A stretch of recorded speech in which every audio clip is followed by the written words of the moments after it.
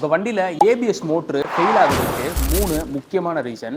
First, வண்டியில் brake oil கரெக்டான level இல்லை அப்படின்னா பிரேக் பிடிக்கும்போது கிளச்சு மாதிரி ரொம்ப ஃப்ரீயாக இருக்கும். இது நார்மல் ஸ்பீடில் போகும்போது ரியர் பிரேக்கை வச்சு நீங்கள் மேனேஜ் பண்ணிடலாம்.